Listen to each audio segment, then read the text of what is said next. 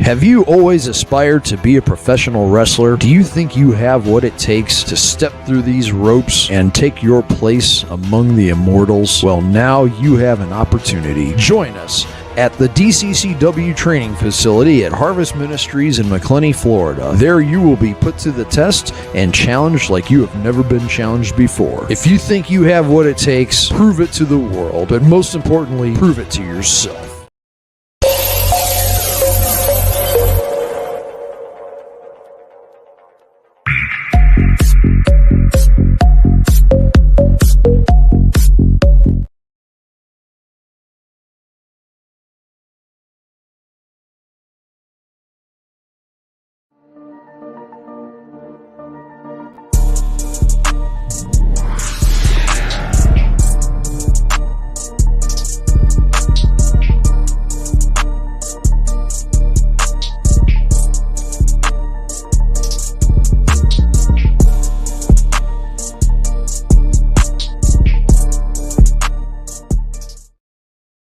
What's up, everybody? How y'all doing? This is the host from the Buzzing with Marlo podcast. I am yours truly, Warren Marlo. Guys, I know I said I was on a break, but I thought we'd have a cool little special tonight. So, guys, but if you are new to the channel, make sure you like, share, most importantly, subscribe. Hit that notification bell to stay in contact with all our platforms: Facebook, Twitter, Twitch, YouTube, LinkedIn, Snapchat. We are all there. Find us at Buzzing with Marlo. You can find us on pretty much everything. Also, you can find us on all audio platforms, just to name a few: Google Podcasts, Podbean, Podchaser, Podvine, Good Pods, and iHeartRadio, and now, listen, now, Pandora. That's right, guys. I guess they got tired of me whining about it. We are officially on Pandora. Round of applause. But yes, man, you can find us on almost all, I think, on 82 audio platforms. So round of applause on that. And it's the big show. I'm still blown away that we're on Pandora now. I know I got to upload a couple of extra episodes coming in. But first, guys, sadly, we did have the passing of a former guest that I did have on season 4. Guys, I'm talking about Dennis Mallon, man. Found out June 12th. Dennis was actually in a car accident and was sadly, passed away. So my prayers definitely go out to Dennis Mallon's family, friends, and all of them, man. Really humbled guy.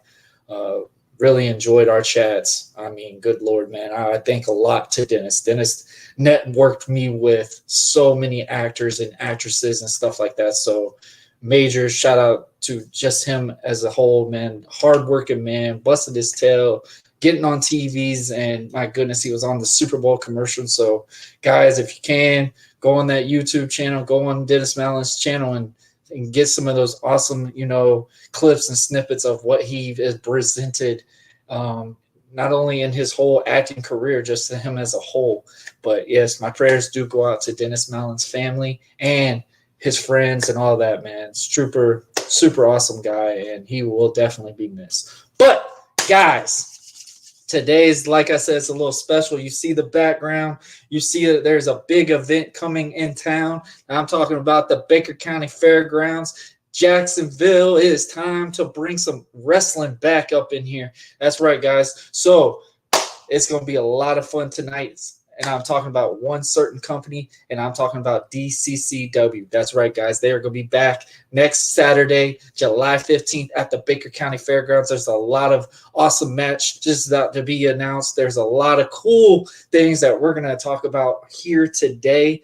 Obviously, everybody did reveal that I have got my debut coming out in Jacksonville next Saturday at the Baker County Fairgrounds. So we'll talk about more about that. I don't know who I'm facing. I don't know anything what's going on. All I know is I will be there.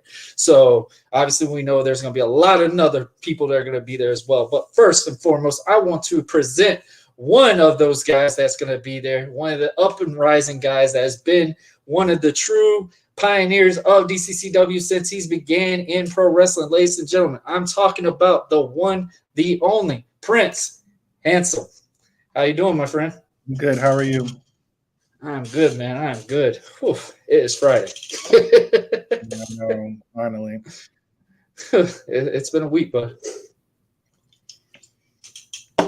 So, man, if nobody knows who you are, Prince, let them know, man. Well, like you said before, I'm Prince Handsome. My motto is to make the world relevant, one irrelevant at a time. I'm all about looks and I'm all about being relevant inside and out. A lot of people think of, that type of stuff is just, the physical aspect, but Prince Handsome is a lifestyle, like the whole relevancy and the handsomeness. So, I always try to project that to the fans, whether they like it or not. And for the most part, it gets to some it doesn't. But eventually it'll get to them. So that's what Prince Handsome is all about, the handsome lifestyle. Hey, I love it. I love it. Hey, I love how you you initiate the relevant standpoint. I like that one. I like that. I love just what you present, man, because a lot of people will misjudge just the appearance, the look, and stuff. But you really can move in the ring, and like you really show that your moves speak for what the words that you present in your promos and stuff like that. You have a unique way of spitting out promos and stuff, and the way you tell the stories in your matches, I'm very impressed. I'm not even going to lie to you, man, because like you have really have grown, like you have been presenting since day one. Like, hey, I'm here. I want to go further. I want to go higher up in the ranks. Give me this chance, and I won't let you down. And man, I mean, you got some matches with Jake Logan. I mean, that was one of your real good showcasing matches, I got to say. I mean, I'm still getting more featured in and into all the y'all's old matches and stuff like that, because obviously I got a personal foe I got to deal with. But other than that, I've been connected with you, all the guys in DCCW, man. Major shout out to y'all. Y'all have opened a home to me, and y'all have actually made me love wrestling again. And that's got to say something, because I was really gone. I was done. I won't even lie about it. I'm not sugarcoating anything. When I said I was done, I was done. And, I thought maybe doing one more run, but y'all actually helped me bring me back out to this and made me not only love it again, but made me have that passion to go, maybe I could still do this. And so major shout out to y'all for this, because y'all have been running very hot for a long time. I still say y'all are the second top promotion in Jacksonville by far. I'm not even sugarcoating when I say this. Like, y'all really bring out shows each and every time, and y'all kill it every single time. So I just want to say I appreciate y'all for that. Well, that's an honor to hear. Thank you so much. If we inspired you, I feel like when people ask me, why do I want to be a wrestler, I tell them simply that is to inspire people. Because a lot of people aren't very knowledgeable of this type of ordeal, and they don't know the ins and outs, so they feel like they may not have the characteristics to be a part of it. But when they see other people, that inspires them, makes them want to do wrestling or even other aspects of life. So that's nice to hear. And I've been with DCCW since 2016, and I had my debut in 2018. And since then, I've just been with them for the forefront. And there's been a lot of matches I've had in the past. Some aren't recorded because I also had, matches with Cha-Cha Charlie. I've had matches with David Mercury. I've had a match with Mikey Spandex, and those didn't get recorded. And those probably were great matches too. But I feel like I'm always having to prove myself, or always the underdog in a sense, just because of who I am as a person. Just because, like I've said in the past, I think a lot of Jacksonville wrestlers get kind of like the disadvantage, because I feel like in the wrestling world, people associate everybody, they're guilty of association basically. So with us, people don't look at us like highly. So, I'm always in that disadvantage. I'm always having to prove and be the underdog, which I'm fine with for the most part. But I feel like I'm getting into the chapter in Prince Handsome's life where it's time for these bigger opportunities. It's time to give respect. It's time to, give me what I deserve, because I feel like I've been putting in all the work, all the effort, and doing what I need to do to get to that next level. So it's funny because, in a way you're saying you're kind of like getting back in. Like, there's been a lot of stuff making me feel like I should get out of it. And just because, there's stuff going on, but I'm really trying to stay focused on it. And I have my peers. It is tough. I won't even lie, man. When you get that feeling, because we're gonna be real. Like, you could call wrestling fake, whatever you want, but this shit, I'm sorry. I would have to say it in plural. This shit really does hurt.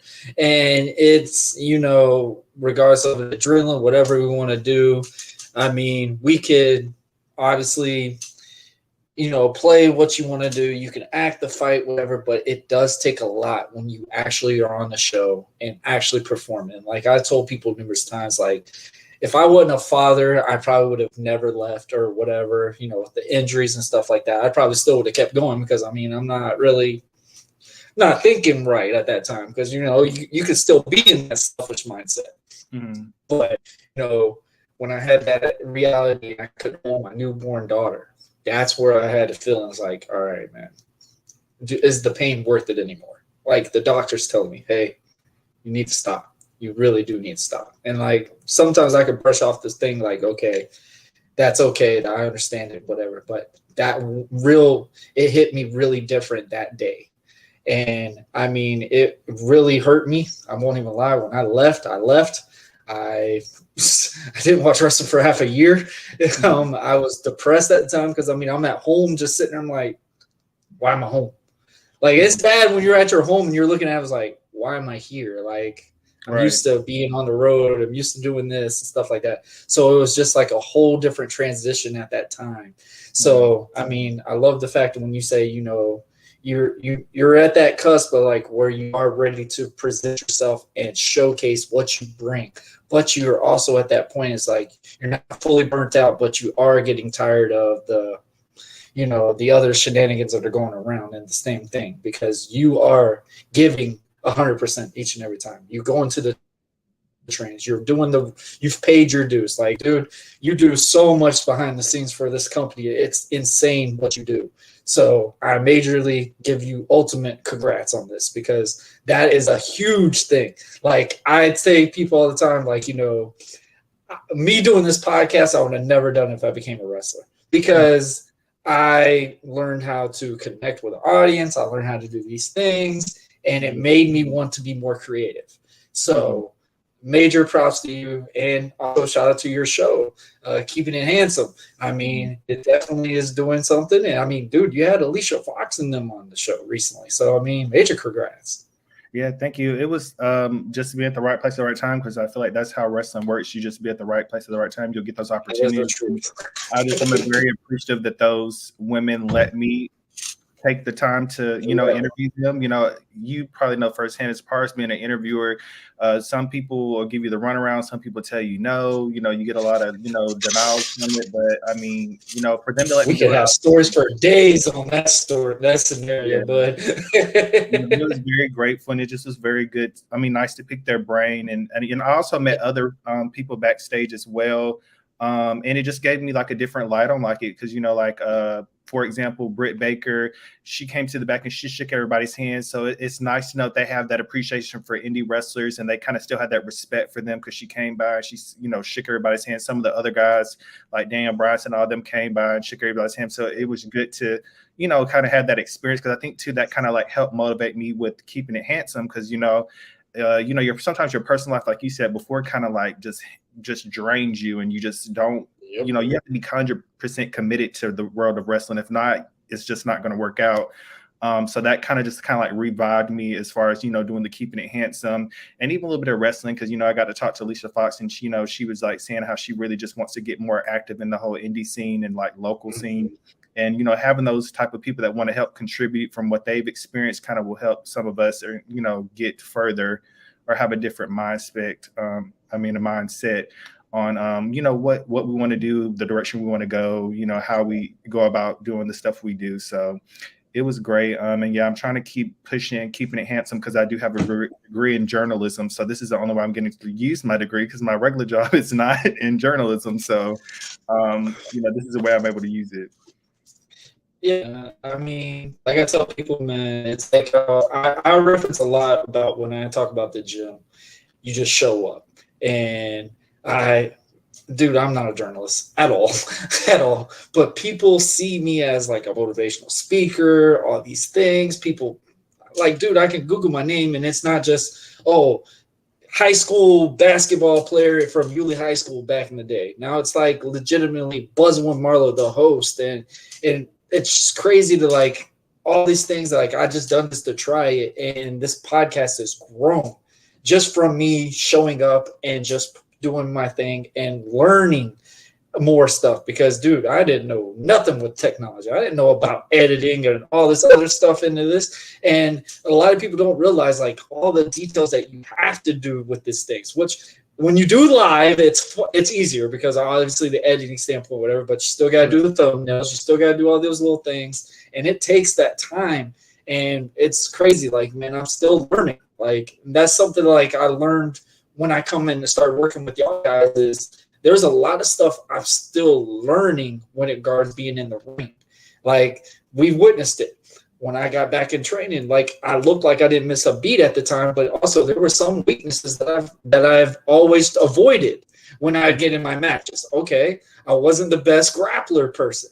Okay, what we're working on in training? Grappling. All right, now I'm going to look like a fresh crab out of there for this one because I just literally lacked it for so long, and I used to avoid it in my matches. But I love the fact that I couldn't avoid it, and I had to learn from it and figure out, okay, what can I do to escape that? What can I do to showcase that, to make it look like the crowd's looking at me like, oh my gosh, get up type scenario. So it's just really cool, like, how you can keep adapting, but you're also keeping learning. And that's what really I think like is that passion just for anything, not even just wrestling, like with the podcast or anything like that. Like, I had to learn, the plays will be there, not to really just focus on, okay, how many people have viewed it this week? How many people have done it this week? Just do my part, promote it, do what I can, and then the rest is history. If it works, it works. Like, one episode that I had with a magnificent guest, I thought that was going to be the one to make me just go global. It didn't go as much. The one that went really well is a guy that literally lived not even down in Jacksonville compared to the one that was in LA that literally has had movie extravaganzas. And I'm sitting there thinking like, oh man, I can't believe I did this episode with him. And he actually was one of the lowest played because people, I don't know, like, honestly, you never know what the people like, and it's just like you just got to keep doing them. And that's basically all I can say is like, so I love when you talked about your journalist degree and stuff like that. That tells you like there is something that you are looking to do further on down the road. And I mean, you're really good on the mic. You really are not. I really don't want you to put behind about being an announcer later down the road after the wrestling is done, because dude, you've got a showcase for that. I'm not even gonna lie.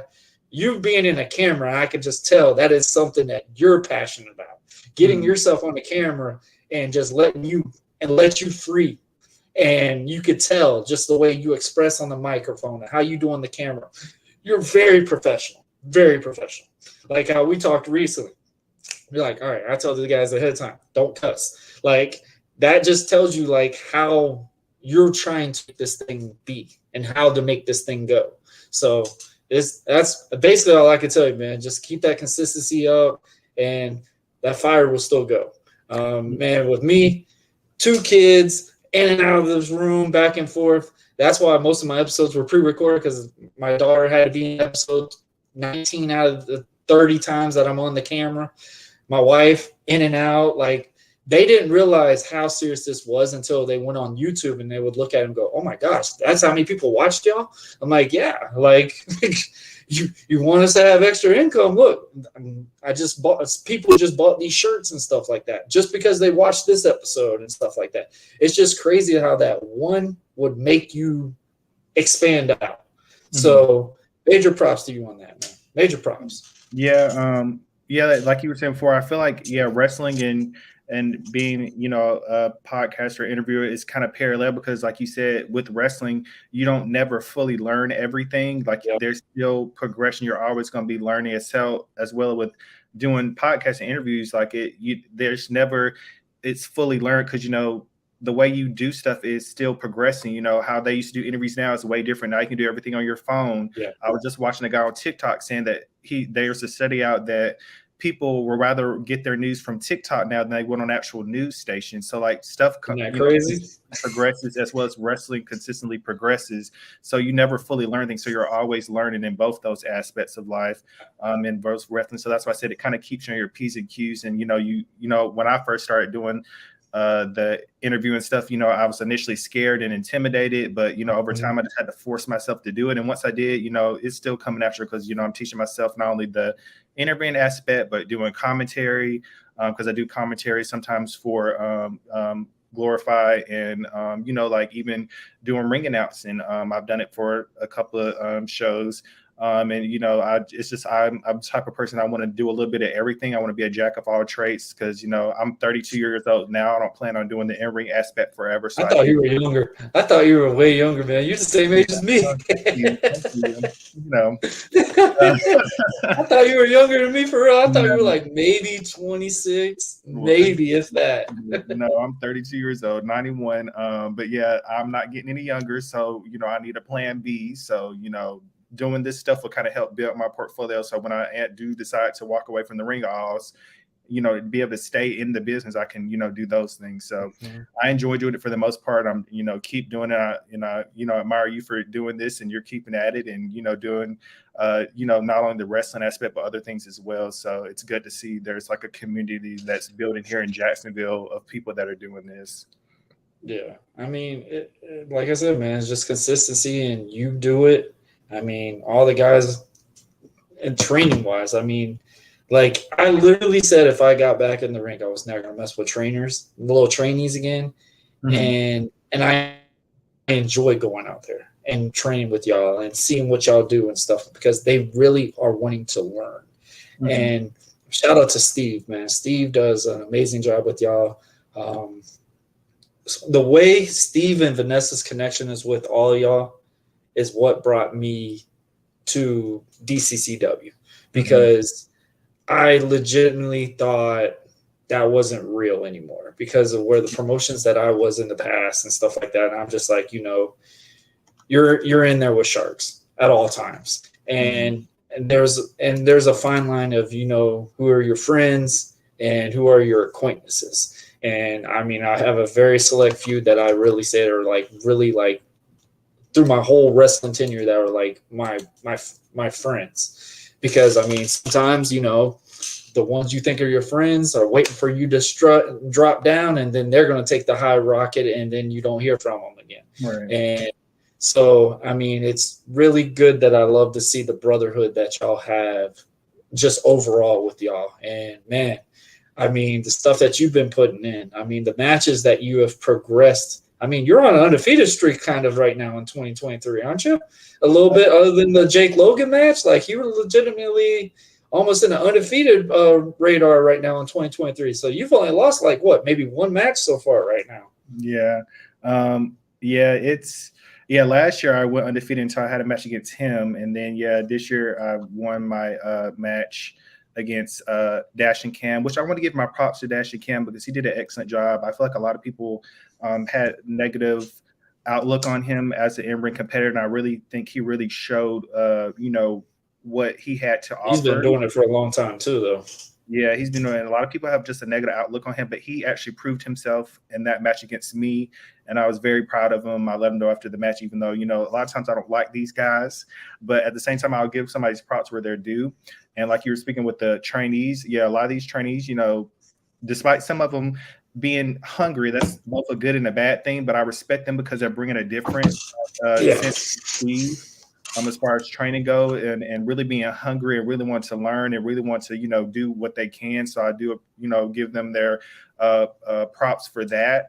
One thing I can say about Steve and Vanessa is, a lot of times I feel like it is very family oriented, but a lot of times people don't want to showcase. Even there's times we have disagreements, there's times we get into it, but what I respect about them is they're willing to sit down and have the conversation, whether they want to hear it or not, whether they like it or not, and they still are willing to listen and work something out with you.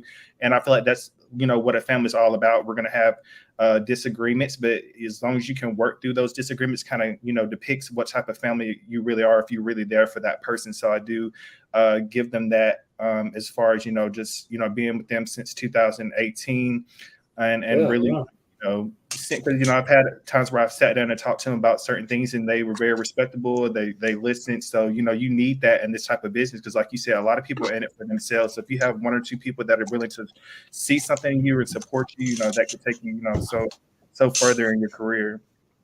Yeah, I agree with you on that, man. And like I said, man, I've been around for a while and seen the promoters in the past and stuff like that. And Steve and Vanessa really do stand out, because not only do they literally like entwine with the audience, like they literally, like, the one thing I do love about it is they preach before they do the actual show.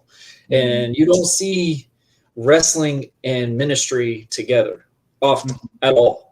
And that's something that they make a very strong approach to. I mean, even in the trainings, like you got to know at least a couple of the commandments, or you're doing some drills for days over there. So, I mean, there's some things like they literally have an approach to. And that's something when I was younger, very younger at the time, starting this thing out, wasn't really presented in that way. And that's something like I had to question a lot of things that I was pursuing at the same time, because, with my belief and stuff like that, to being like, am I doing right with him doing this? Because for the longest time, a lot of people weren't really into that mindset and stuff like that. So, I mean, it makes you literally go on these little roller coasters back and forth. But like you said, man, brotherhood, a family. And if we don't disagree, you're going to hash it out. You're going to do your things. And they actually do sit down and really try to talk to you. And if you have a problem, they want you to address it. They don't want you to kind of like hide it in. That's something I've learned with Steve and Vanessa personally, because, I can relate to them because my son is autistic. So I can really relate to, with their son and with Ollie and stuff like that. So, and I've really had a lot of questions and had a real in-depth conversation with Steve. Like, how did you feel like when you had these things? Like, did you feel like it was just a thing? Like, okay, he's going to grow out of it and stuff like that? Because that's how I felt with my kid. And, it took me a long time to actually realize, like, okay, autistic's not a real big disability. It's something special. It's not like a disease. And that's something like it drives me nuts when I see all these causes for autism. They treat it like it's a disease or something, like you can cure it like cancer. So it's some things like I love the approach of what Steve and Vanessa do. I love the benefits that they do for these shows, the sponsors that they do for these people, people that are trying to build homes for homeless people, that bring kids to families that don't have families. Like, they really do so much more than just wrestling. And that's something like I really can tell that Steve and Vanessa put a lot of hard work to really approach. Like, they do an awesome wrestling show, but overall, their main objective is to make a change for someone's life. And that's something that I really take a big appreciation to. So, Prince, who are you facing next Saturday, man? And like, you got some strategies? Have you seen some of the matches that person has done? Because like we've just been talking about these trainees, like this guy right now, he's one of the standout trainees right now, in my opinion. Yes, he is one of the standouts. I'll give him that. He's very athletic. He has a very bright future. I have watched his matches firsthand because, like I said, a part of benefiting me is being also an interviewer and commentator. I actually get to watch my opponents firsthand and kind of like see what they're all about. So I have watched him from the commentary table. I'm not really worried about it because at the end of the day, I'm very, comfortable with how I work in the ring and I can feel him out very easily. But I mean, I know it's going to be a great match because I mean, I'm not going to lie. Like I'm not for he's growing. He's growing, man. I like his style. I like his style in the ring. He's a force to be reckoned with. He's going to be something special. So I know this is going to be a great match. I know I can't take him lightly. So, I mean, it's going to be a good one-on-one match. And I hope this, helps, not only, of course, the goal is to, put eyes on me, but I hope this opportunity also puts more eyes on him and people really see him in a different light. And maybe this helps elevate him because, I mean, let's be real. He's had matches against his peers that can only get him so far. But now this is an opportunity where he's taking on one of the guys. This is a learning curve. Yeah. it's going to be worthwhile and it can actually help him out. So this maybe it's kind of like a video game, man. It's kind of like you're like that next level to really seeing where he's at, because like you just said, he's been wrestling all these, you know, lower tier guys that he's been used to being in the ring with, training every week and stuff like that. Now he's getting in there with someone that's more experienced and has a name to himself. What can he learn from, you know, being in the ring with you and stuff like that? Like I tell, the first thing that I could tell that you bring first approach is you really know ring psychology. Like you really study that more than anyone I know, because the way you connect with the crowd, like, you know, me as a baby face, I'm, you know, USA, get the hype, you know, kiss the babies, all that craziness. You look at each and every one of them and try to make them absolutely hate you. But they also like you in a way because of how creative you can be in the matches as well. So, I mean, I give you props on that, because that is something very hard to do. You make sure you connect with each and every audience, that every eye that's on you, and you try to like visualize and look at them and make it an approach like, this is something that I could do to you if you even thought about coming after me type scenario. Like that is like really cool to me. I would definitely say that part.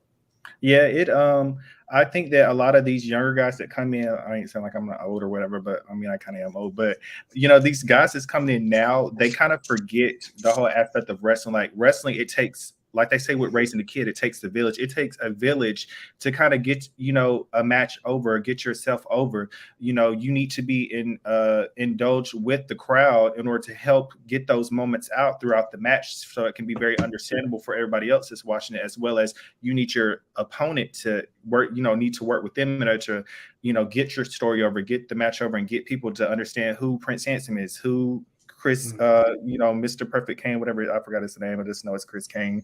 Doesn't matter. He's irrelevant. But, you know, you need these counterparts in order to make the match, you know, something that it needs to be. And a lot of people lack that, because I feel like a lot of people just focus on the wrestling aspect. It's like a lot of people don't have personality, don't have a character. And that's what we're missing. That's what, like, a lot of times the WWE guys, they, you know, in the back, they miss, you know, the Undertakers, to John Cena's, the Hulk Hogan's, because that's not a thing anymore. Man. I mean, look at the bloodline. That's literally been the biggest storytelling thing that has been going on in this whole wrestling genre in a long time. It's because you're not instantly taking it, you're spreading it out. And that's something like so many people don't realize. Like if you saw my recent match and stuff like that, like literally I showcased when I did the wrap up, the dude stepped on my foot. I sold it for a second so you could see what he done. People don't do that stuff no more. Like that is an old school analogy. You get in a waist lock, you're trying to get out of that, regardless whatever it takes, especially as a bad guy. It's not like you're playing by the rules. For him to step on my foot like that, it brought an approach to different fans that are like, oh my gosh, I have not seen somebody do something smart like that. And it's like, you know, these little things is what builds wrestling as a whole. Like I preach on it on commission talks and stuff like that. I just wish the moves mattered more. Like you could do a super kick, but make it make sense. Like even with the Usos, even though they do like 4 or 5 super kicks, they don't do it constantly every single second of the way. They're showcasing it to where you see it and you don't even expect it when it's going to happen. That's something like I really look for in the match, is like me not to expect of what's going to happen.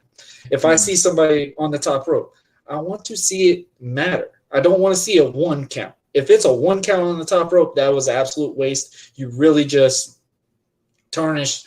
You probably hurt your longevity with the body just as overall as it is. But for a 1 count, that is a desperation maneuver. That is not just something that you just do to do. And when you saw me do a crossbody, you're getting a 1, 2. Oh, he kicked out at that one. Not 1. Oh, kicked out. I would have been very pissed, because I'm like, look, man, I just hyped the crowd up for this. I just jumped off of this, and you just kick out of that. You just tarnished my whole gimmick that way. You just tarnished the whole scenario, what we were presenting in the match. Like, these are those simple things that people really – and that's something I kind of made an approach as well when I first saw the trainings and stuff like that. Like, I remember the first time I was there, they were doing matches.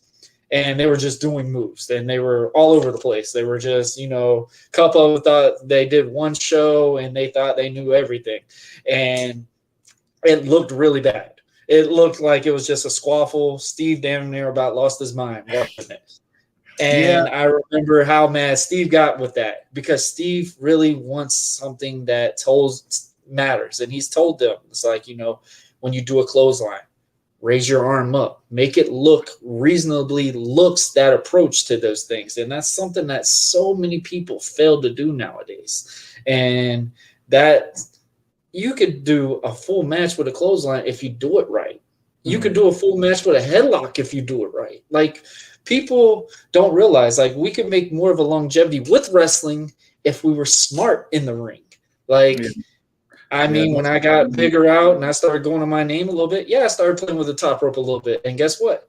I'm not fully doing that this time, because I know what it done to me. I know what it does. Like, if you see me on the top rope, it's going to be a meaningful sub scenario. It's not going to be, oh, he's just going to be on top rope to be on top rope, because it's going to tell that story. Be like, all right, I need to go to that limit to get to there to do that, because that's what this match means to me.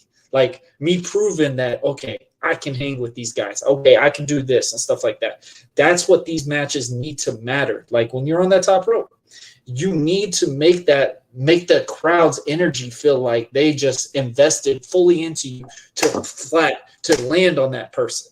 And that's something that I really, it really drives me nuts when I watch, no offense, I watch a lot of AEW, because it really just like, bro, you had it, and then when you done that, I just kind of got distracted from watching the match, because it's like those little things, it does a lot. And that's something that nobody really realizes. And I love, you know, guys like Tyson Kidd and stuff like that. They showcase these submissions, but they show why they're doing it, how they're getting into it, and how it makes sense in the matches. And that's something like I wish that people really would make an acknowledgement to focus in a match with nowadays. Yeah, like, definitely an arm drag. Like, good Lord.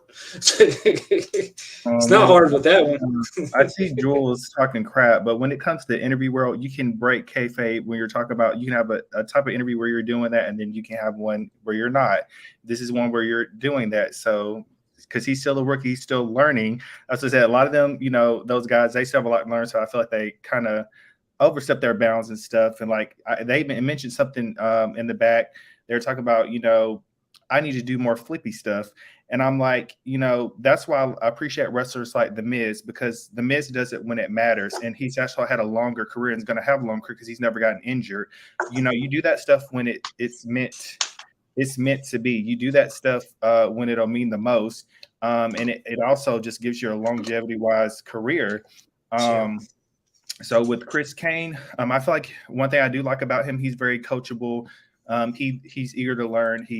You know, he's doing everything he can to, you know, perfect his craft and really get, you know, precise in the ring. And I just know that, you know, I'm gonna have a little bit of work cut out for me, but not a lot, because at the end of the day, I do my homework, I work, I train, I go to the weight room, I do what I need to do, because at the end of the day, if I'm gonna do it, I'm gonna do it right. So it's you know, good that some of these guys will get to see this opportunity, you know, even besides him, that are next in line, because I mean, yes, some of them may have had a match against somebody on the upper card, but this will be like the first match where they have one that's been there. So maybe they'll learn something from this match, not just Chris, but the other guys as well. But yeah, so Chris, if you're watching this, just know it's not going to be easy feat. Of course, Prince Handsome is going to pull out all the stops, so I hope you're ready for it, because at the end of the day, I am the most handsome, the most athletic, the most in shape that you probably have had a match against thus far. So be ready, okay? Yeah, I love it. I love it. Hey, I love the promo. Prince, I appreciate you, man. I hope you have a good one. Good luck on you Saturday. Guys, check out Prince Handsome. Check out his podcast, Keeping It Handsome. Prince, I appreciate it, man. I hope you have a good one. All right, you too. All right, guys. All right. All righty now. All right. Now we're going to express and we're going to talk a little bit about the match card itself. But, guys, we did just talk about a newer person that's coming in. Ladies and gentlemen, I want to welcome back the shiny one himself, Jules Bradley. How you doing, my friend? I'm doing pretty good. With that beautiful moonsault picture. I love it. I love it. Hey, man, you got to show us the camera. Come on now. You can't pay for pictures like that. You work so hard on that new hairstyle, man. I people talk about that hairstyle every time you're on the camera, bro. I can't do as good as that picture right now, man. And honestly, I'm trying to keep my location kind of a secret. I've got angry Germans with hit lists out on me right now, so it's better if I just stay undisclosed. Hey, man, Jules, how are you doing, man? I know you got a big event this Saturday coming up. Next Saturday, Baker County Fairgrounds. You got a match that you have been begging for a long time, man. Like, what are your thoughts going into it? That's right, begging. This guy done ran from me. He done hid from me. He done came up and attacked me when my back was turned with a steel chair. I mean, so yeah, it's taken everything and then some to get this guy in the ring with me. So just say I'm excited is an understatement. I can't wait to get my hands on JJ Dillinger. Jules, I hate to tell you, man, somebody's here. See, and this is why another reason I can't disclose my location. I mean, I don't mind showing my location. You don't know where it is. Gosh, already. Ladies and gentlemen, I'm sorry. I'm very uncensored. I mean, look at my tagline, the devil. Come on. The real one, not the fake one in AEW. Hey, JJ, how are you doing, my friend? Jules has been saying that you have been running away from him. What are your thoughts on that? Yeah, coward. What you got to say about that? Oh, he wasn't calling me a coward. Oh, well, let me say this one thing. A coward doesn't slap a man with a slipper. You're mad at me because I took you out. You're mad at me because I did exactly what I was supposed to do. I saw an opportunity and I took advantage of the opportunity. I made sure my so-called opponent was in a predicament that he wouldn't see it coming, and you didn't see that chair coming until you felt it. And then you felt that DDT, that reverse one. And then you felt that slipper, that chuleta. Go have your penas. I don't speak dog, but still, I'm just saying, Jules. Bring it, boy. Bring it. See, even that man says facts.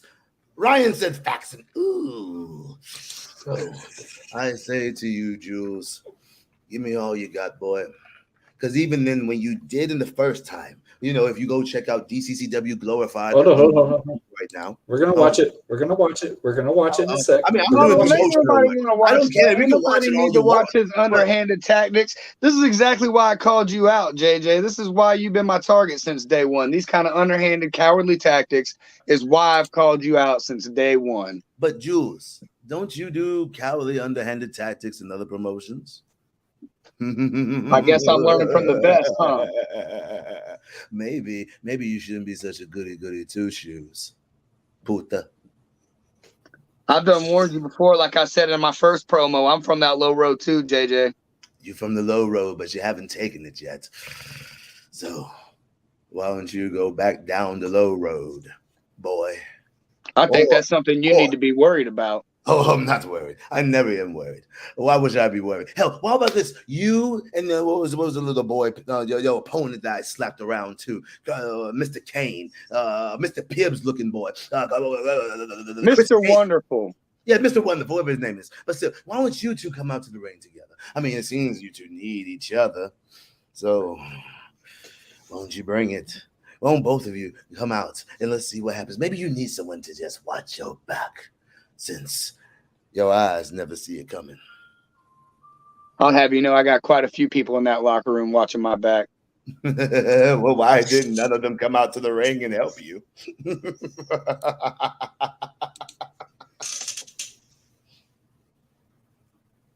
Oh, you said you chose your opportunity. You knew when to strike. You knew what you were doing.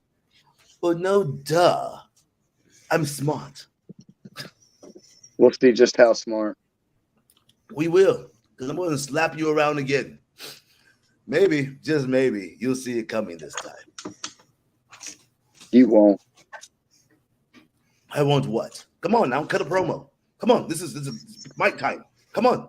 What do you want me to say? Sell the What match. do you want me to point Sell out? the match. That I can and you can't? That I will and you won't? That I do and you don't? Do what? You lose? Or you Hold on. fall? Which one? I We're gonna lose. I'm watch- undefeated in Alabama. That's Alabama. I'm talking about DCCW. I don't give a damn about Alabama.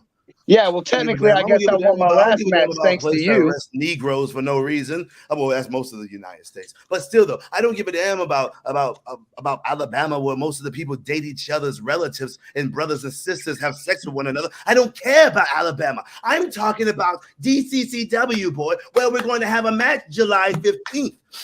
Yeah, let's talk about DCCW and my win-loss record there. I believe I have one loss and a win, I guess, thanks to you, and another win over Cole Bohannon. So I don't do too bad for myself, if I must say so myself. Well, we'll see if you win again.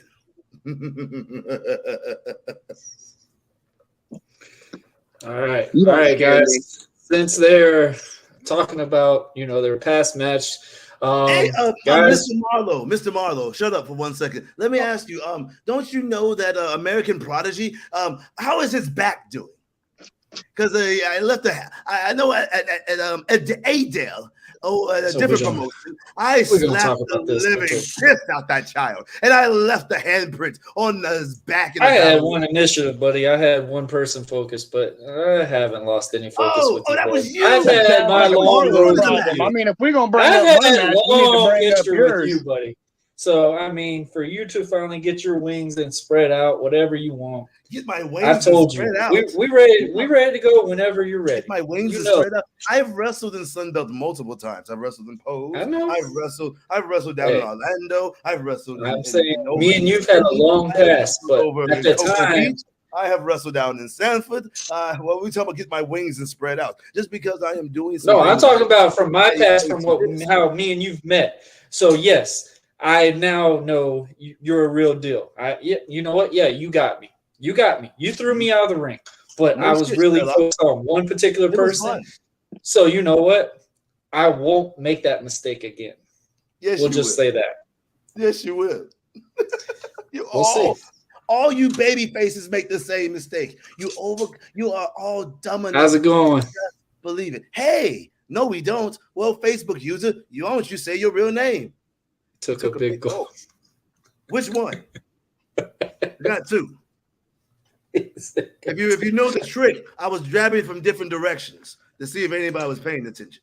All right, but guys, we're gonna watch the very first encounter with JJ Dillinger and the shiny one, Jules Bradley, and we'll see how this went. Oh Lord, turn this crap off. Oh man, well, you mad, shiny one? Are you mad? Let's go ahead and take a look at these underhanded tactics. What underhanded tactics are you talking about? I mean, the bell was ringing. I'm not even in my proper gear because I showed up with a completely different opponent in mind. Whose fault? Here he is attacking me because my back was turned. But you're not supposed to turn your back on your opponent. The ref issuing no count. Look at him. He looks scared of him. And that's the quickness and the speed that you better watch out for. Oh, man, please. Those feel like mosquito bites. And look at you. They're weak behind you. And another one. And look at you. You're trying so hard. This is where things start to go a little south, obviously. Well, no doubt. Because you're weak. I'm a little dizzy from the kick to the back of the head, maybe. Oh, how about a chop right there to the chest? Hey, Marlo, how did that sound? Does that remind you of something? That's it. We'll have our Pretty sure this is all illegal and the ref isn't counting. Well, the ref is scared of me. What do you expect? He's a child. Now I'm having trouble breathing as you grab me by the hair. The ref, again, not issuing not even a warning from this guy. Well, he gave me a warning, man. And you know what? This is what scares you, JJ. The resilience. Because while that would have put a normal man away. Okay, first things first. You said that was scared me. I had to call the referee to come over and do his job. The boy was watching the match. So come on. I mean, You see the resilience. You know, unless you 3 count. You know, unless you bring these dirty, underhanded tactics, you can't beat me. That's not even dirty and underhanded. That is nothing more than the class of high shemane. You've already attacked me to the point where I can't even see straight. Whose fault is that? You shouldn't have The turned your refs back. and yours for playing dirty. If that's what you want to say, I'll take it. This is why I called you out, JJ. I want you to remember this moment right here. I do remember. Even though it took the referee forever in the game to count the 3, but still, you lost. No, don't stop it. You hear that squeal? We're gonna watch it.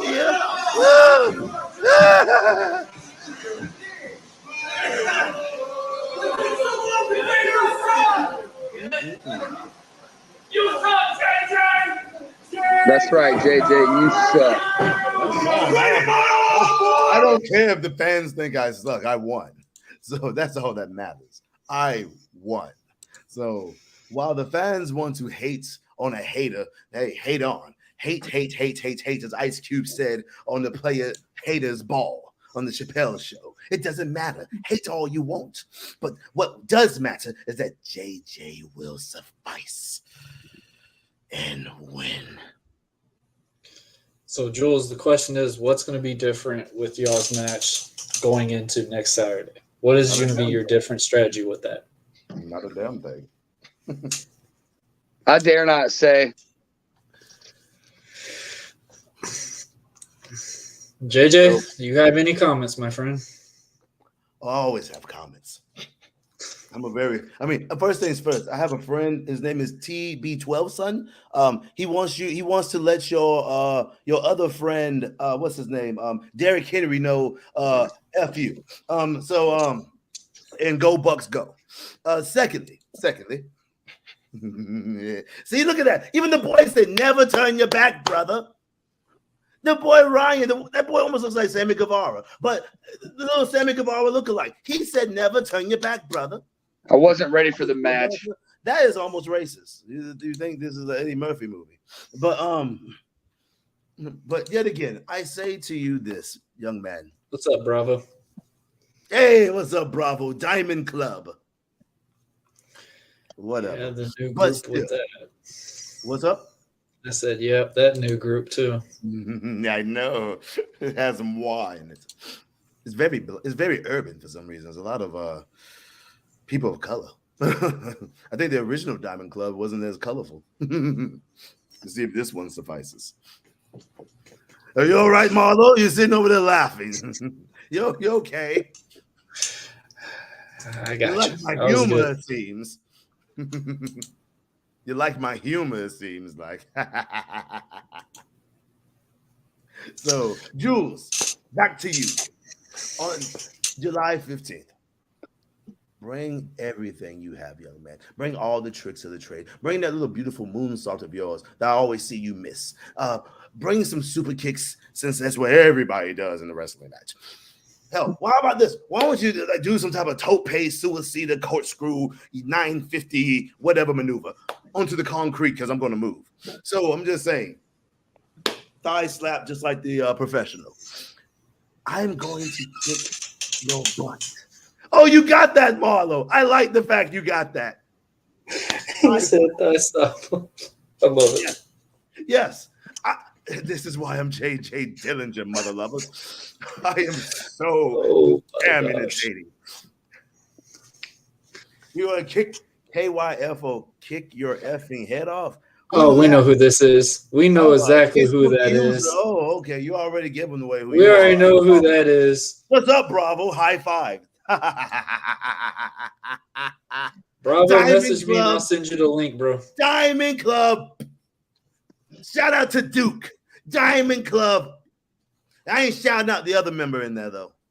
I'd rather kick his butt. I'm sorry, Marlo. I know you and the Spaniard have a thing. And I know if push comes to shove, I'm going to have to kick your butt too, Marlo. But at the same time, I kind of, hey, Marlo, beat up El Nino for me. Just saying. Beat up El Nino. I'm doing that next Saturday, so we'll see. I'm saying, just for me, give him 1-2. Since I can't do it, I'm getting paid not to. Okay. Duke, make sure the money keeps coming in. Or El Nino's a dead man. Down. I'm just saying, if Duke doesn't keep paying me, El Nino's a dead man. That's all that is. But back to you, Jules. You're a dead man too. You don't scare me. I'm not supposed to scare you now. We're on screens. I'll scare you in person, boy. All right, guys. That is JJ Dillinger. Any last words, man? Oh, may the world burn. And long live JJ Dillinger. All right, guys. That is the one, the only JJ Dillinger. Jules, do you got any last things to say, man? I know he's been cutting you off through the whole thing. That's you got fine. any last words, bro? Yeah, y'all come out July 15th to the Baker County Fairgrounds and watch me settle this score with JJ once and for all. All right, man. Jules, I'm going to tell you personally, bro, I'm proud of you. You kill it every week, training-wise, stuff like that. Regardless about the moonsault, it's going to eventually hit, and we know when it hits, that's it. So I've put who several knows? people away with the moonshine. Let me go ahead and plug my T-shirt since it's the last day. You guys head over to ProWrestlingTees.com. Use the promo code American23 since the American Prodigy has me on his show, and go buy your Shine On shirt because that's what I'm going to do to JJ July 15th. July 15th. This coming up not this Saturday, but next Saturday. All right, man. I appreciate you doing this, man. And I want to say personally, good luck Saturday, man. I know it's going to be a fight. We know this is not going to be the laugh around Jules Bradley, the one that plays jokes and stuff like that.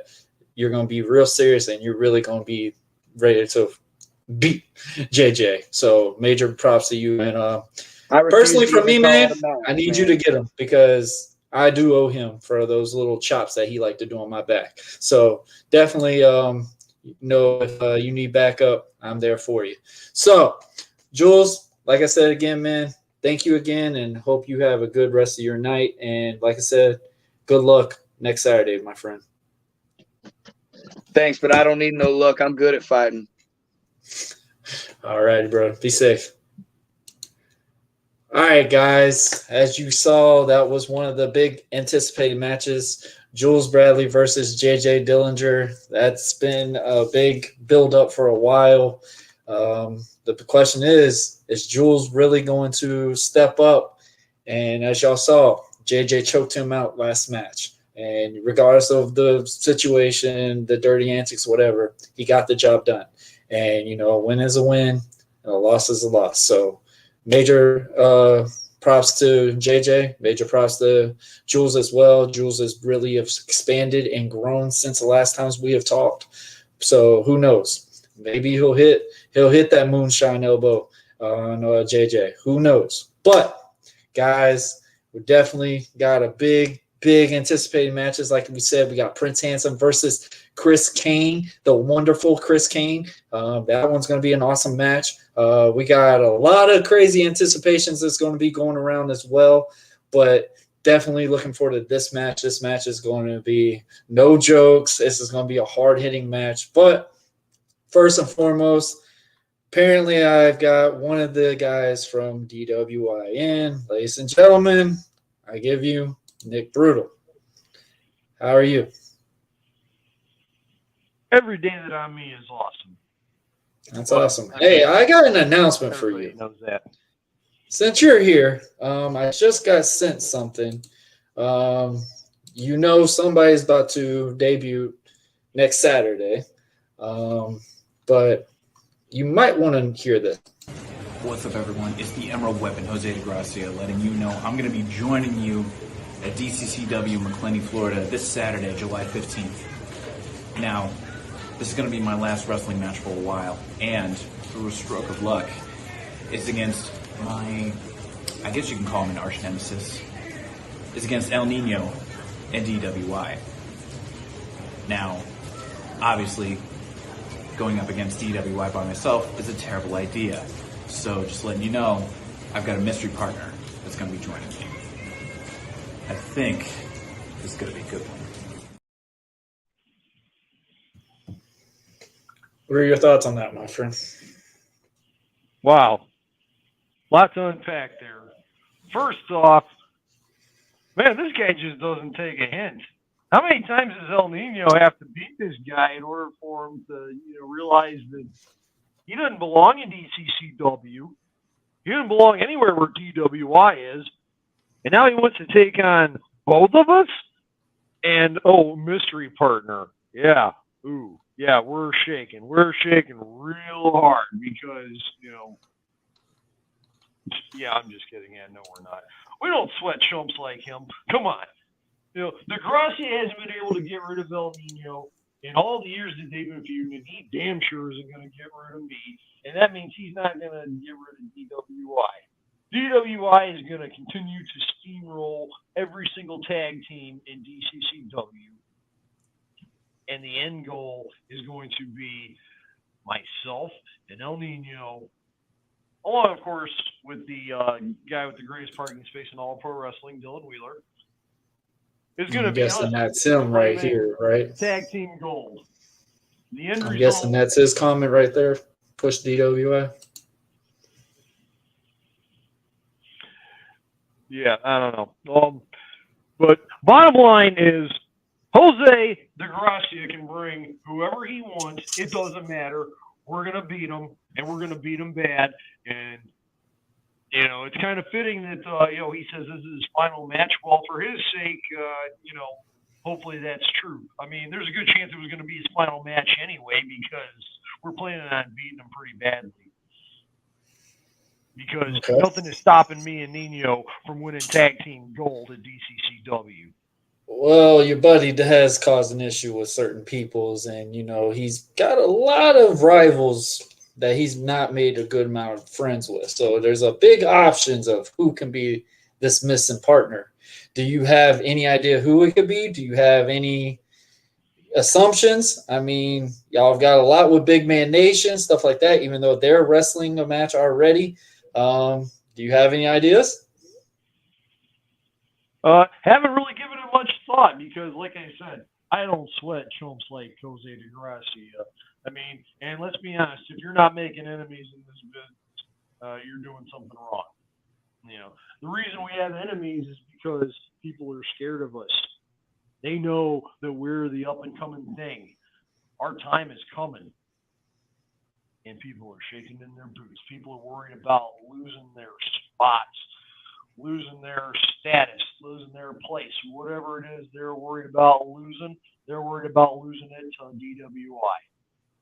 And, those fears are going to be pretty founded when we get done with them. Because, like I said, we're claiming all the spots, we're claiming all the gold, and we're claiming all the fame and fortune. And there is nothing that anybody is going to do about it, especially not Jose DeGracia and whatever chump stain he decides to drag out of the gutter somewhere. Okay. All right. I heard you loud and clear. I mean, I just want to know if you're tired of ever carrying El Nino's bags, man, because, this dude doesn't fight for himself. I mean, you're the one that literally has... First off, I don't carry anybody's bags. I pay people for that. I mean, that's what, when you've accomplished everything that I've accomplished in life, yeah, you don't carry your own bags. As good as your accolades you damn sure don't carry anybody else's. El Nino carries his own weight. We're a team. This is a partnership. This is a business. And business is booming. Which, like I said, next weekend, Jose DeGracia and his mystery partner are going to find that out the hard way. Okay. All right, man. I want you to hold on a little bit. We will probably have you back on pretty soon. Any last words right now? We got to get more guests out there, but I appreciate you hopping on. do you have any last words? Yeah, just the usual. That DWI next Saturday in McClenny, Florida, Baker County Fairgrounds. We are once again going to cripple the competition, and Jose de Gracia's career in DCCW is going to come to a brutal end. All right, man. Ladies and gentlemen, that is Nick Brutal. Appreciate you being on. The pleasure is all yours. All right. Okay. Guys, we have another match that's going to be coming up, and we mentioned Big Man Nation. We just found out one of the former tag teams that has been known for a long time. I don't think his tag team partner will be on, but first and foremost, I want to thank Alejandro Bravo. How you doing, man? Pissed off. How's it going? Hey, man, it's Friday, so I guess we're on two different dilemmas. I'm free right now from kids right now, so I'm in a good mood. Yeah. I decided that I probably should get in on this because I was hearing people like Brutal talking about tag teams and having gold and really beautiful things like that. But one thing that he forgot to mention is that he's actually not wrestling for gold at the show. He's not. Who is? Me. Okay, so before Brutal starts running his mouth, maybe he should put a little respect into that mouth of his and mention my name, Alejandro Bravo, who will be bringing my tag partner to go on ahead and face the Big Man Nation for their tag team titles. Now, let me tell you something. I'm on here because I want to let you and everybody else know I am not worried about this whatsoever. If you go through some history, you'll actually see that the Kings of Mayhem, which is who the Big Man Nation will be facing, has never beat us. So I'm sorry, but I'm walking into this thing feeling hella confident. What do you think?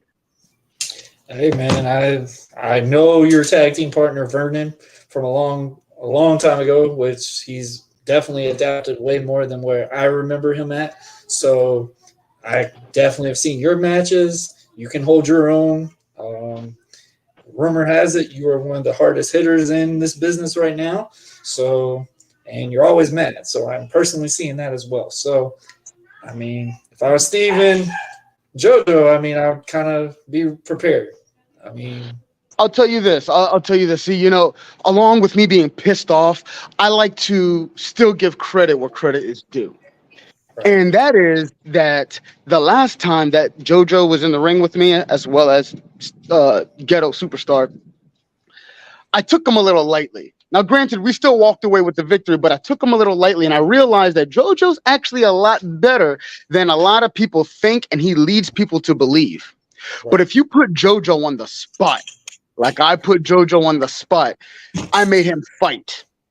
And that's what's going to happen at this event. There's going to be a fight. There's going to be a fight. How do I know there's going to be a fight? Because I'm going to be the one to start it.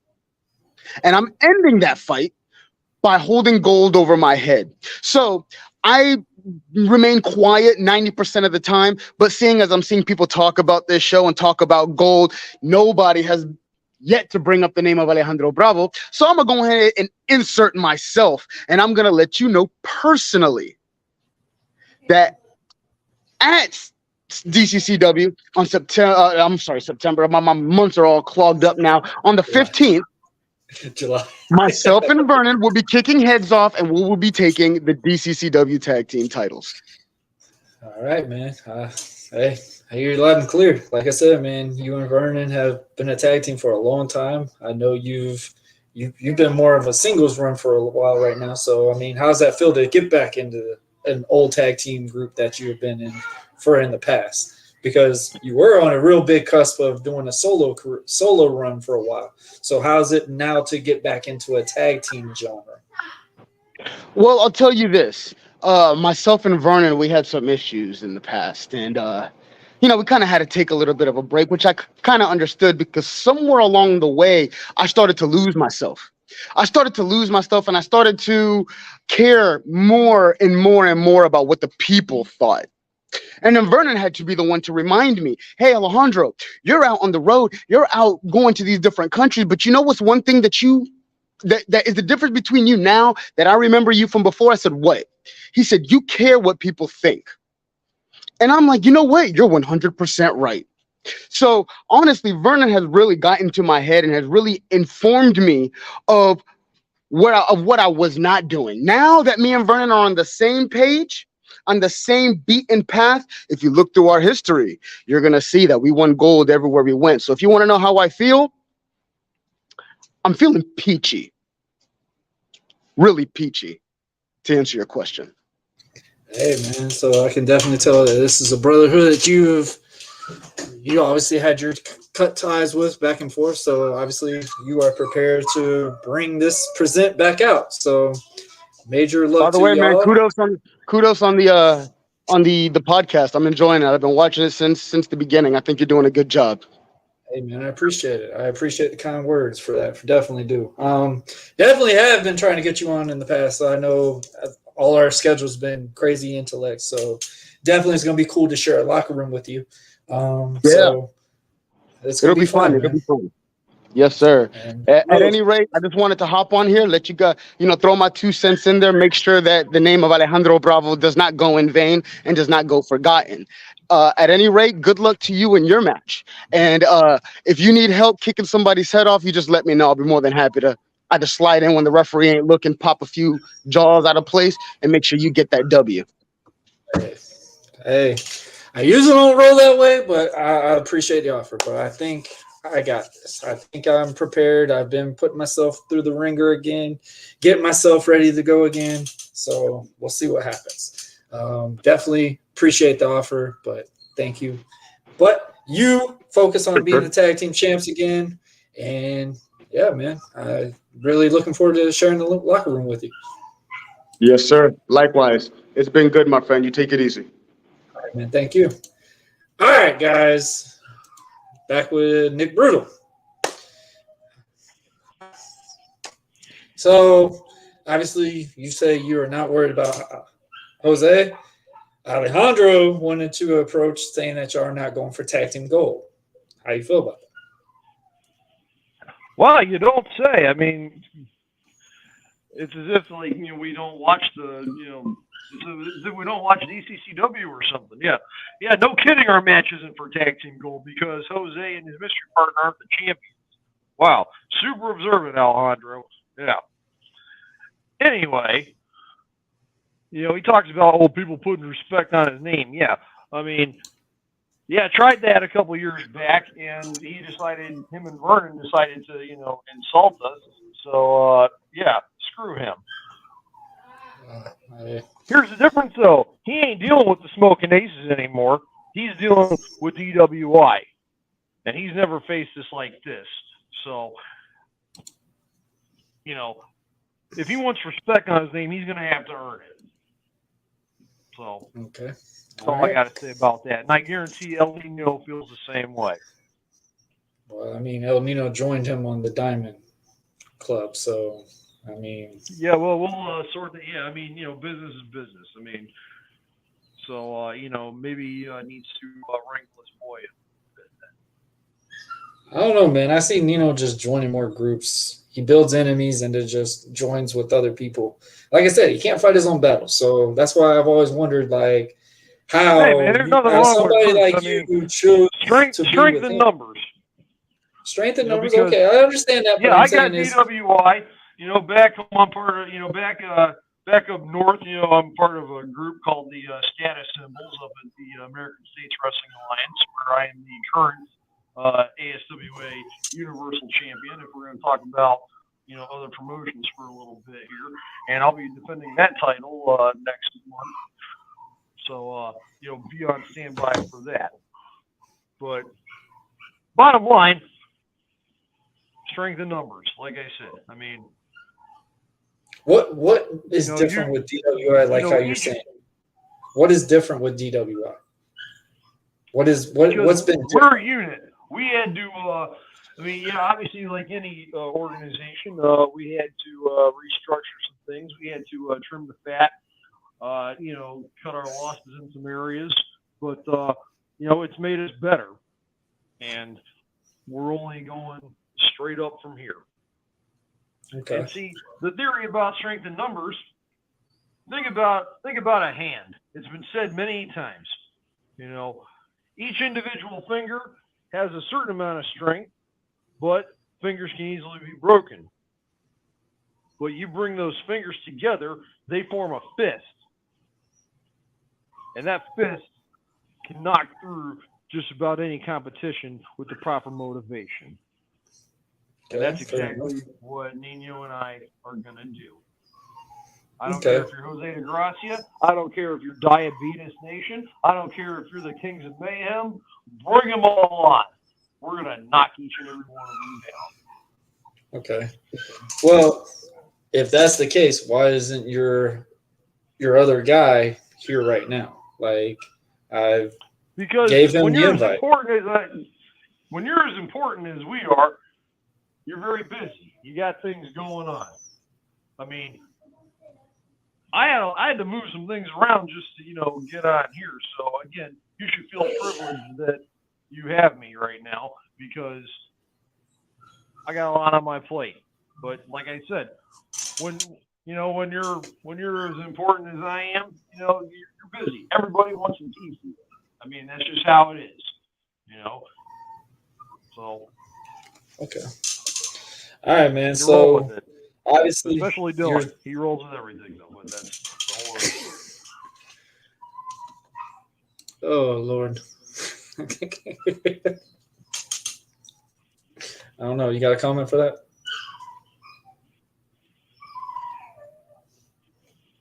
I don't know. I mean, that's probably why he's so cool. I don't know. Yeah, I know. Terrible fun. But you know what? Not as terrible as the beating that we're going to put on Jose de Gracia and his partner this coming Saturday. Do you have any idea who it could be? Like I said, I mean, I don't know. Hold up. Nobody likes him.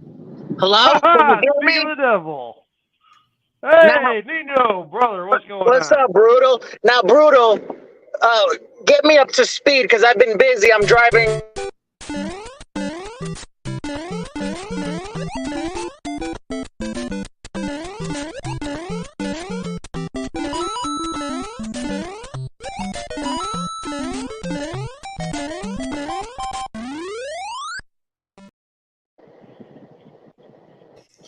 What the hell was that?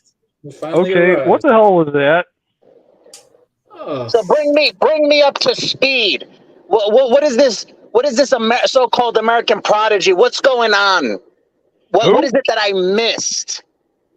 I don't know. All I know is that Jose de Gracia, your old friend, decided that he's going to show up next Saturday at DCCW, and he's taking us on with a mystery partner. Well, wait, hold on. I guess we'll just hold on. I got you right here. You can see her. It's the Emerald Weapon, Jose de Gracia, letting you know I'm going to be joining you at DCCW McClenny, Florida, this Saturday, July 15th. Now, this is going to be my last wrestling match for a while, and through a stroke of luck, it's against my, I guess you can call him an arch nemesis. It's against El Nino and DWI. Now, obviously, going up against DWI by myself is a terrible idea. So just letting you know, I've got a mystery partner that's going to be joining me. I think this is going to be a good one. Wait, hold up. So not only does Jose de Gracia disrespects us by challenging us, like who is he? First of all, who is he to be challenging anybody? And now he's coming after us. And now he has a so-called mystery partner. Who's this mystery partner? You know what, Nino? Like, don't even worry about it. I mean, whoever it is, I mean, they can't be anybody important because, I mean, like I said, who's Jose? I mean, does he even have friends? I mean, come on. And besides, even amongst his friends, I mean, who amongst his friends is dumb enough? Why you sound so concerned? I'm just tired of him following me. Just like you, American Prodigy. I'm tired of both of y'all stalking me. That dumped you on your head, and you literally out the ropes, right? You said you were going to throw me out. Didn't you say you were going to throw me out? Well, I don't Didn't know it what you're go talking. the We other way talking. around? I know what you're talking about. We talking DCCW. I don't know what you're talking about Oh, over I the was road. supposed to be banned from there, right? But I'm making a debut next Saturday. Yeah, I don't know who you paid off. First of all, I don't know who you paid off. You should be banned. Dylan was supposed to take care of that, and all of a sudden you're making your debut. Who are you facing? Because I know you're not facing us. You're not ready for this. You coming from a 5-year hiatus. You rusty. That 5-year hiatus You whooped your rusty. ass last time we were in the ring. You want to keep going? I know what you're talking about. That never happened. Point is, you coming from a 5-year hiatus. Whoever you're going to be facing, if you have a match, I don't know if you have a match, or you're just going to come in and wave to the people and nobody's going to remember you because it's been 5 years. They're going to beat you because it's been 5 years. You're not on our level, American Prodigy. Just like Jose. Don't feel bad. Not a lot of people are on our level, so I mean, you're in good company, I guess. I just don't understand why. So who do you think Caribbean the kid, mystery partner is? Who do you think it is? the Mister. I don't know. I don't like playing guessing games. I don't like playing guessing games because we're DWI. You got 2 of your nemesis that are going to be sharing a locker room with you next Saturday. How do you feel about that? Like, First I'm of not all- having to be in the crowd. I'm not First in the of all- crowd this game. I'm in the locker room. With doing what? Bringing my bags. That's what you're good for. Your debut in DCCW. Yeah, it's funny. In the We were locker actually room. talking That's about not that like it's earlier 1-0 about right now. carrying 1 bags. to your 0. 1 to your 0. Maybe we can. How does that feel for you? You had a podcaster throw you out of a battle royal. That I don't remember that. That didn't happen. I don't even know what you're talking about. 1-on-1 drives a Pinto. I know what you're talking about. That didn't happen. Secondly, first of all, you're not an arch nemesis. You're a stalker. Okay, Jose de Gracia. I don't know if you want to call it. That's another stalker, honestly. But we've been going at it for 5 years. You are a stalker, and Dylan was supposed to get a restraining order. I don't know what happened there. There's no why are you at DCCW? Why are you going to be there July 15th? There's no reason for you to be there. I got asked to go. Who I got asked asked to you? go. Vanessa. Vanessa personally messaged me saying, "Hey, I want you here. I want you to wrestle. I want you to make your debut here. You belong here." Belong. She used the word belong. I belong here. You belong in the insane asylum because you're crazy to think that we're in the same sentence. Okay, American Prodigy and DWI don't belong in the same sentence. Okay, Nick Brutal, Dylan Wheeler, and we're going for the tag team gold, and we don't need no distractions. We don't need no distractions right now. Yeah, I tried to tell him this That dog earlier. is being brutalized. Okay. All right. Well, I mean, you said you went out to Sunbelt. You were going to kick my ass. You were going to put me in my place. How'd that go for you? That's right, and I put hands on you, and that You felt put good. hands on me. Yes, I will give you that. That felt You put real hands on good. me. But how did it feel at the end? How did it feel at the end? Did you do the job that you said you were going to do? No. It was a battle. Okay, first of all, it was a battle royal, which is chaos anyway. I was in a match before. Somebody threw me out. I don't know who threw me out. How does that make you feel? This retired podcaster had a match before that battle royal, won that match, and then go and face you, and did exactly what I said I was going to do. I don't know what you're talking about. There's no footage. I got thrown out. It wasn't by you. I could tell you that much. Yeah, I can tell you that much. There's plenty of footage, buddy. There's plenty. Yeah, deep fakes and CGI. Okay, if it pops up, it's fake. It's a deep fake. Okay, bunch of AI stuff going around. A bunch of AI stuff. It's crazy what they can do with the phones and the technology today. Thank you. Thank you. Might not even be here right now. Bro, the question is, we can all be since robots you right are now. the mouthpiece that feels like the DWI. So, who do you think the mystery partner is? I don't honestly. This whole mystery partner stuff is rather boring. It's really boring because honestly, again, DWI, we've been doing this for a couple years, and now we're in a position. We're in a position for gold, and of course, anytime that happens, people want to come in and distract us. Okay, so Jose de Gracia, I don't care who your mystery partner is. I don't care who your mystery partner is. You want to get in our business, we can finally settle it. We'll finally settle it. And you just say it. Who's the mystery partner? Because I don't care. I don't care. Someone says you're boring. Someone says your crying is boring. Someone said it might be JJ. No, JJ and I, we're in a group in Georgia. Now, we're on the same page. I heard if Duke doesn't pay, he's coming for you. So I don't know about that one either. So you might want to get your people. Where'd you hear that? That's a bunch of. Oh, okay, he that's personally said it on here. Thing. So I mean, he personally said it on here. I don't know if Brutal was here at that time in the back, but JJ personally said he's coming after you if he doesn't get his cut from Duke. So. Nick, you see what he's doing? Not falling for the banana in the tailpipe. I'm not falling for that divide and conquer stuff. We a faction, we a group, we stick together. That's why we're successful, and that's why you've been out for 5 years, because you're jealous. You're jealous of our lives.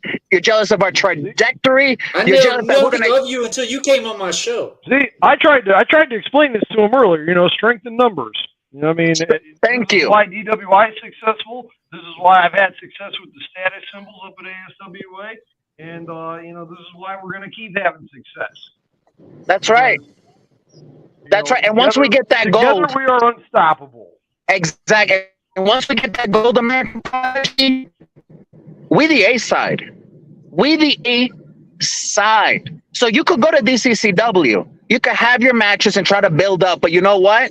You're never going to touch me because I'm in the tag team division. You don't have a tag team. You're not a tag team. You're a singles guy. So we're not even going to cross paths. See, that's the thing. We're running parallel. We're in different universes, okay? And that's just the fact of life. Something, I got a friend that wants to say something to you. A friend. Oh, hey, JJ, Diamond Club. We're in the Diamond Club. Shut up, boy. Oh, my God. Why'd you put him on? Because I do a lot of things. Plus my name. Once I hear my name, you know, I come a running.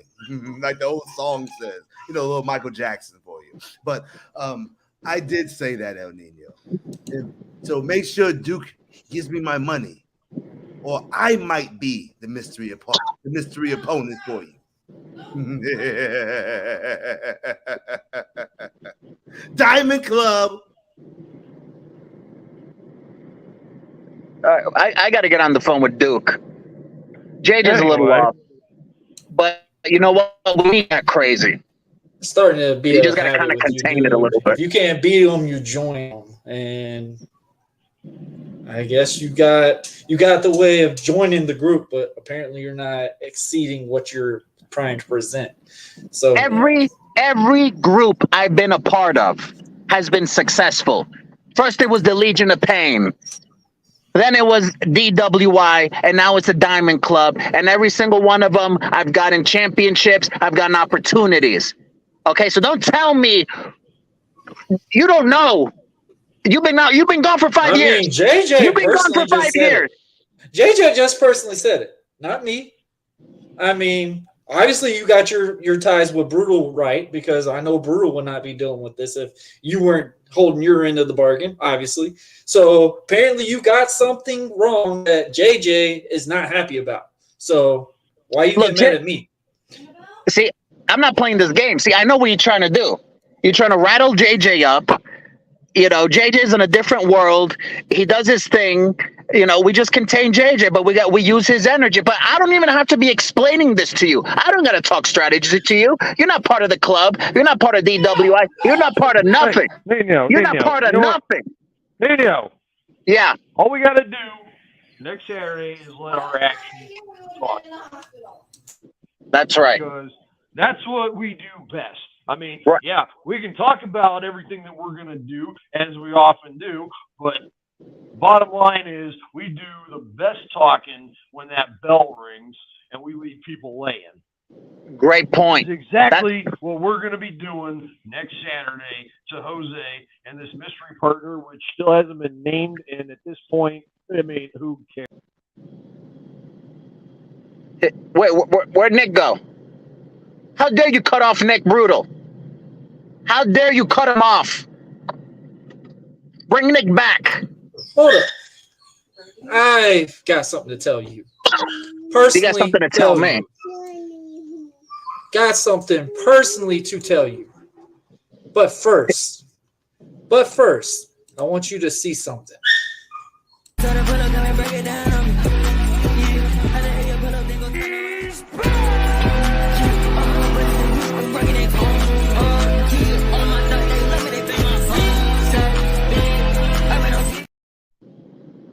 Okay.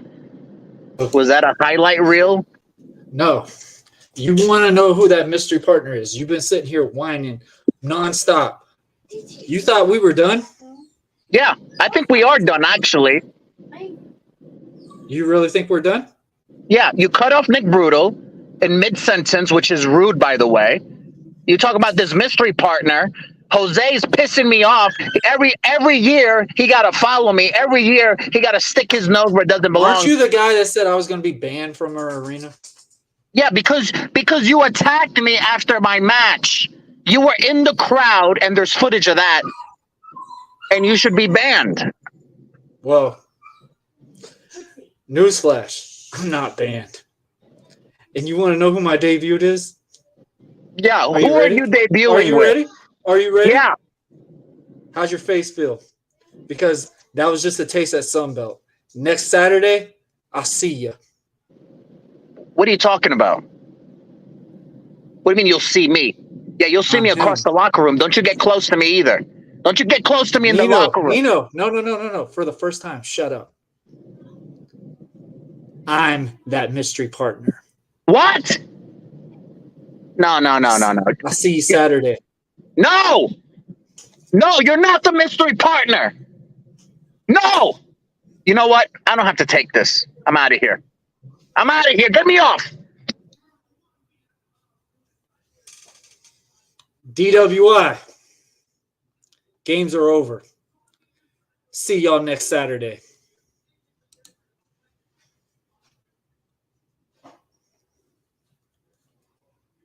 I'm done. Yes, guys, that is the true statement. That is going to be this. I am the mystery partner. It is going to be me, Jose, versus DWI next Saturday at the Baker County Fairgrounds. Yes, I am. My debut will be facing Nick Brutal and El Nino. This joke's time's over. Relevant, whatever they want to say, is done. I'll see them Saturday. But also, guys, just to name the cards that's going to be there, you're going to have Storm Thomas back at DCCW. You're going to have Jake Logan wrestling this Saturday as well. Man, there's going to be an awesome card, man. Just to name what the big matches are obviously going to be. We got Jules Bradley. We've got JJ Dillinger. We got Alejandro Bravo bringing back the Kings of Mayhem with the one, the only Vernon himself. I mean, it's crazy to see Vernon back up and rolling again. I mean, there's going to be a great showcase that's going to be at this show. Like I said, guys, Big Man Nation are going to defend their tag team titles against Alejandro Bravo and Vernon Black as well. We got the DCCW World Wrestling Heavyweight Champion Chance Aaron versus the Authority Eddie Torres. We have Storm Thomas versus that dude, Jamie Stanley. We have Lexi Gomez versus Jamie Shealy. And, of course, we will have Max Dawson versus Skylark, guys. And, of course, we're going to have JJ Dillinger versus Jules. And, of course, we got Prince Handsome versus Chris, Mr. Wonderful Kane. That's right, guys. I'm looking forward to that match itself as well. And, of course, guys, DWI versus me and Jose next Saturday at the Baker County Fairgrounds. So, guys, get your tickets. Get there early. There's going to be some dark matches at 2:00 p.m. Eastern Time. Get there. That one is personally free. You can go in and see some awesome matches, some cool dark matches, guys. It's going to be an awesome show. Guys, I want to thank everybody for watching. This was an awesome episode. Cool little special for DCCW Heatwave. It's going to be a big event next Saturday at the Baker County Fairgrounds. Once again, guys, I am back. I am making my debut not only back in Jacksonville after 5 years being back in Jacksonville wrestling again. I'm making my debut at the Baker County Fairgrounds for DCCW. I'm not in the crowd. I am ready to go. It's going to be a lot of fun. El Nino, versus me. It may not be one-on-one, but I'm going to get my hands on him. That is going to be the biggest thing about it. Next Saturday, July 15th. Don't miss this event. Guys, I want to thank everybody for joining us, watching this awesome episode. It was so cool just to have an interaction with Handsome, Alejandro Bravo, and, even that little knucklehead El Nino, and of course Nick Brutal, because I'm going to get to know Brutal very well next Saturday as well. So guys, thank y'all for watching. I hope everyone enjoyed this. It's going to be an awesome episode next Saturday, July 15th. I can't preach it anymore, guys. The Baker County Fairgrounds at 7 p.m. bell time, man. Doors are open. There is going to be some dark matches happening at 2 p.m. Eastern time. That one is free. Go if you want to see some free, awesome wrestling, and then come back for when the regular show comes in at bell time at 6:30. Doors open, and of course, guys, you're going to have some awesome, awesome matches. As you can see, the heated rivalry between Jules and JJ. That is going to, who knows what's going to happen. The biggest question, is my opinion, is Jules going to hit that moonshine? Is he going to hit it? Is he going to hit that moonsault finally on somebody? And of course, if he hits it on JJ, will that be it? Obviously, we got Prince Handsome versus the wonderful Mr. Wonderful, Chris Kane, man. I'm looking forward to that match. Chris has been really putting himself up in the ranks, really elevating himself up. I'm looking forward to seeing if he's after that next stepping stone against Prince Handsome. I'm looking forward to that one. Obviously, guys, seeing Storm Thomas doing his thing, and of course, facing the uprising Jamie Stanley. That's going to be an awesome episode, awesome match. You're going to have Chance Arn, the DCCW heavyweight champion, versus the Authority, Eddie Taurus. If you don't know who that is, Google him, research him, watch him on YouTube. The dude is awesome. He has been around. Same thing with Storm Thomas. Same thing with Chance Arn. I mean, you're going to see so much good action coming up next Saturday, July 15th. Guys, get your tickets. If you got to, get a hold of Vanessa, get a hold of Steve, get a hold of those guys for this awesome event that's going to come on, guys. Thank y'all for joining us. This was a very awesome special. I thought, we started this feud on the 100th episode to finally presenting, the match between me and El Nino. Why not bring it, showcase onto the show? I just found out, not even right after I got Brutal off the show, that I was going to be that mystery partner. So I am very thankful for Vanessa and Steve for giving me this opportunity to do this. It's going to be an awesome thing. I'm not going to take it lightly, and I'm finally going to get my hands once again on El Nino, because this is nowhere near done. So, guys, thank y'all. If you are new to the channel, make sure you like, share, most importantly, subscribe, hit that notification bell to stay in contact with all our platforms: Facebook, Twitter, Twitch, YouTube, LinkedIn, all that. Find us at Buzzing with Marlo. We are on all social media handles. Obviously, you can find us on all audio platforms, just to name a few. Guys, we are finally on Pandora, man. A round of applause, man. I can't believe that. I got that notification today. That was insane to me. Now we're officially on 87 platforms audio-wise. That is insane. Insane. Finally on Pandora is a big, huge thing for me. Guys, Buzzing with Marlo will be back in September. I have not got an exact date right now. There's going to be a lot of changes coming up. Right now, I'm enjoying the summer with my family, my kids. My son is home with us, so it's going to be fun with that. But, guys, thank y'all for watching. Make sure y'all go out next Saturday night to the Baker County Fairgrounds if you are in the Florida area, if the Jacksonville area, and go and watch this awesome event. You're going to see yours truly making his debut back, rocking the red, white, and blue, the gloves, the mask, the tights, everything. If you haven't, go on YouTube, watch my very first debut match back in pro wrestling. I've gotten a lot of great feedback on it. Shout out to Gabe. He gave me a heck of a fight, but at the end, I proved that I could still do this. So, guys, thank y'all for watching. I love y'all, and I will see y'all either next Saturday or I'll see Buzzing with Marlo back in September. A lot of new episodes, a lot of new creative things we're going to be doing, man. Shout out to all the new subscribers we got on YouTube. We are almost at 500 subscribers, so keep that ball going. Keep it rolling. I thank y'all. I love y'all, and I will see y'all when we come back from break, guys. Love y'all. See y'all later.